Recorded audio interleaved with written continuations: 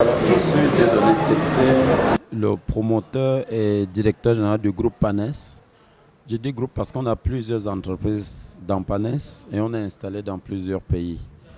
Donc j'ai 30 années d'expérience, d'abord en tant que normalien, et j'ai lancé cette idée de cabinet quand j'étais encore étudiant, tout simplement, parce que je me rendais compte que les entreprises avaient des problèmes et que quelquefois les professeurs d'université avaient les solutions, mais il fallait convertir ces solutions dans un sens qui permette de régler le problème des entreprises. Et ce genre d'interface, j'avais la possibilité de le faire. C'est pour ça que j'ai créé le cabinet pour gérer ça. Donc aujourd'hui, je me définis comme un coach accompagnateur des organisations, accompagnateur des équipes et des hommes. Et mon travail aujourd'hui, c'est véritablement construire des outils de management. J'en construis qui sont adaptés à notre contexte. Parce que la plupart des outils qui nous arrivent de l'Occident, ça marche bien de ce côté-là. Mais on a une culture, on a un environnement, on a des réalités auxquelles il faut adapter ces outils. Donc voilà à peu près ce que je fais. Merci, monsieur. Bon, monsieur, déjà, nous vous remercions pour votre brillant exposé.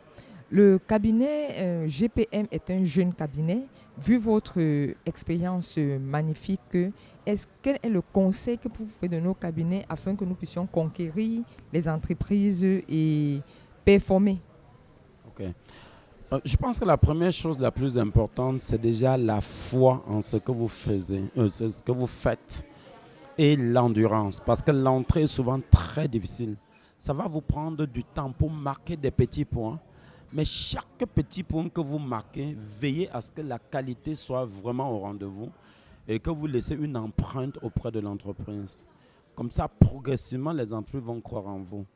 La deuxième chose maintenant, c'est qu'il ne faut pas vous enfermer sur vous.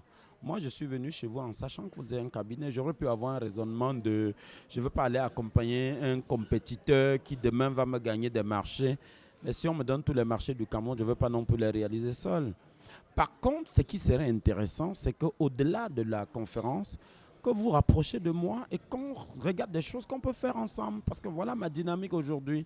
Il y a des choses sur lesquelles on peut travailler ensemble. Et pourquoi pas ne pas envisager que dans 10 ou 15 années, on peut fusionner en un seul cabinet.